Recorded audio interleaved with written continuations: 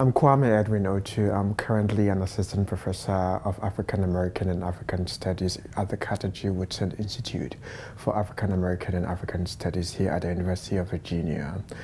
My research basically investigates the shifting paradigms of sexuality, sexual citizenship, and masculinity in post-colonial Ghana. In particular, I investigate the ways in which African philosophies can actually sort of help us think through modes of queer self-fashioning in post-colonial Ghana. I teach courses that are relatively based on Africa and anthropology, a mix of this, so I would say I teach hybrid courses. I have taught the introduction to African American studies here at the University of Virginia, and I taught Sense in Africa, which basically imagined the ways in which Africa becomes kind of a sixth sense, right? So then how do we think about race, and how does race help us think about the senses, right?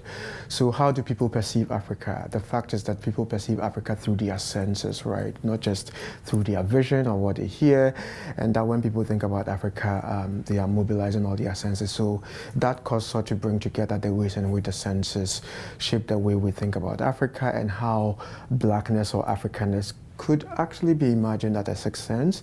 I also teach Queer Africas. Queer Africas basically explores, the articulations of queer sexualities in both Africa and its myriad diasporas, right?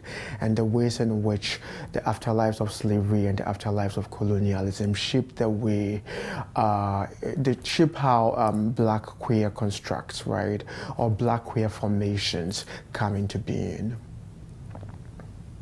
I hope my students acquire some kind of respect for African and African American studies, and actually look at it as a discipline that works to effectively criticize Western civilization and the ways in which discourses that purport or imagine Western civilization as much more superior, right? And that supremacist, right, can be deconstructed, right? So for me, I'm actually trying to compel them to think about the ways in which African and African American studies are disciplines that emerge as are deconstructive disciplines, that they criticize white supremacy, that it emboldens them to be confident enough to be able to, point out the fallacies that animate white supremacy and white modes of thinking, which currently are hegemonic ways of thinking. I think the importance of African American and African studies, to quote Cedric Robinson, is that it's a discipline that actually unapologetically criticizes Western civilization and Western knowledge. For me, as a discipline, it allows us to actually get access to the toolkit we need the most to be able to rethink otherwise forms of doing things, right?